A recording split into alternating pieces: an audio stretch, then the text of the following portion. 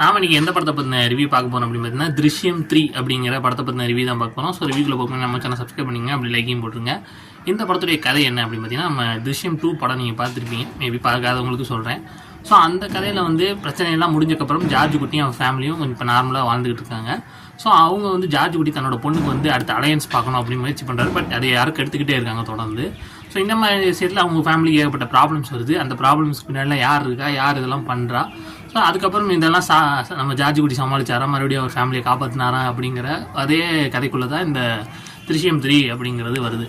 முதல்ல இந்த பார்ட் 3 வந்ததுக்கே இவங்களை பாராட்டணும்னு சொல்லுவேன். ஏன்னா வந்து ஒரு படம் பார்ட் 2 எடுக்கிறதுக்கே ஒரு தைரியம் வேணும்னு சொல்லுவாங்க. ஏன்னா பார்ட் 1 நல்லா சக்ஸஸ்ஃபுல்லாக ஓடிடும். ஆனால் பார்ட் 2 நிறைய பேர் எடுக்க முயற்சி செஞ்சு அதை தோற்று தான் போயிடுவாங்க. ஆனால் அதையும் சக்ஸஸ்ஃபுல்லாக முடிச்சு இப்போ பார்ட் 3யுமே சூப்பராக கொடுத்துருக்காங்க. எனக்கு படம் பிடிச்சிருந்துச்சிங்க. அதுவும் இந்த ஃபேமிலியை எப்படியாவது காப்பாற்றணும் அப்படிங்கிற அந்த ஜார்ஜ் குட்டியோட போராட்டம் இருக்குன்னு பாருங்கள். அது வந்து அப்படி மெய் சிலிக்கிறதுன்னு சொல்லலாம். சூப்பராக எல்லாருமே நடிச்சிருந்தாங்க. எனக்கு இந்த படம் பிடிச்சிருந்துச்சி. கண்டிப்பாக திருஷ்யம் 1, 2 உங்களுக்கு பிடிக்கும்னா இந்த படமும் கண்டிப்பாக உங்களுக்கு பிடிக்கும். இதுக்கு எவ்வளோ ரேட்டிங் கொடுக்காமனா 5க்கு வந்து ஒரு 3.3 கொடுக்கலாம். கண்டிப்பாக ட்ரை பண்ணி பாருங்கள்.